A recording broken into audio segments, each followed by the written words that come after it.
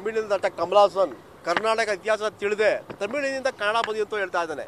ಆದರೆ ಆತನಿಗೆ ನಾವು ನೇರವಾಗಿ ಚರ್ಚೆ ಕರಿತೀವಿ. ತನ್ನಲ್ಲಿರುವ ತಮಿಳುನಾಡು ಇತಿಹಾಸ ತಗೊಬರಲಿ, ನಾವು ಕರ್ನಾಟಕದಲ್ಲಿರುವಂಥ ನಮ್ಮ ಸಾಹಿತಿಗಳು ಹೋರಾಟಗಾರರು ಎಲ್ಲ ಸೇರಿ ಮುಖಾಮುಖಿ ಕೂತು ಚರ್ಚೆ ಮಾಡೋಣ. ತನ್ನ ಕಮಲಾಸನ್ಗೆ ತನ್ನ ವಂಶವೃಕ್ಷದ ಬಗ್ಗೆನೇ ಅರಿವಿಲ್ಲ. ಅವನ ವಂಶವೃಕ್ಷ ಏನಂದ್ರೆ ಗೊತ್ತಿಲ್ಲ. ಅವನು ಇವತ್ತು ಒಬ್ಬಳು ಮದುವೆ ನಾಳೆ ಇನ್ನೊಬ್ಬಳ ಅಂತಾನೆ.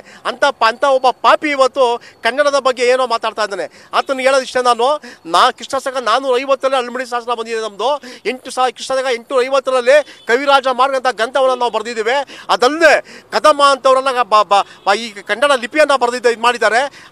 ಒಬ್ಬ ಪಿಮ್ಮಡಿ ಪುಲಿಕೇಶಿ ಅಂತವರು ಕರ್ನಾಟಕದಿಂದ ಆಫ್ಘಾನಿಸ್ತಾನ ಆಳ್ತಾರೆ. ಇವತ್ತು ಅಂತ ಒಂದು ನಾಡಿದು ನಮ್ಮದು.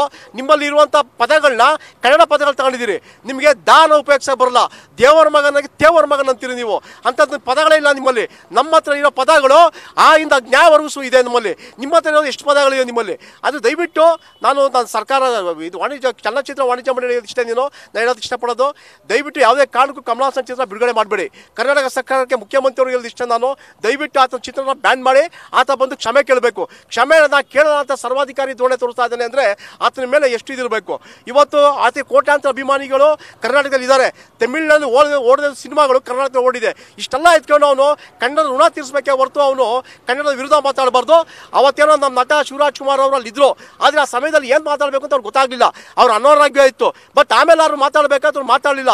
ಆದರೆ ನಾನು ಕಮಲಾಸನ್ ಅವ್ರು ಹೇಳೋದಿಷ್ಟೇ, ದಯವಿಟ್ಟು ನೀನು ಕ್ಷಮೆ ಕೇಳಿಲ್ಲ ಅಂದರೆ ಯಾವುದೇ ಕಾರಣಕ್ಕೂ ನಿನ್ನ ಸಿನಿಮಾ ಕರ್ನಾಟಕದಲ್ಲಿ ಬಿಡುಗಡೆ ಬಿಡಲ್ಲ, ಮೈಸೂರಿನಲ್ಲಂತೂ ಖಂಡಿತವಾಗಿ ಬಿಡಲ್ಲ ಅಂತ ನಾನು ಹೇಳಕ್ಕೆ ಇಷ್ಟಪಡ್ತೇನೆ. ಬಾಲಕೃಷ್ಣ, ಮೈಸೂರು ಕನ್ನಡ ವೇದಿಕೆ ಅಧ್ಯಕ್ಷರು. ನ್ಯೂಸ್ ಫಸ್ಟ್ ನಿರ್ಭೀತಿಯಿಂದ ನಿಮ್ಮ ಪರವಾಗಿ.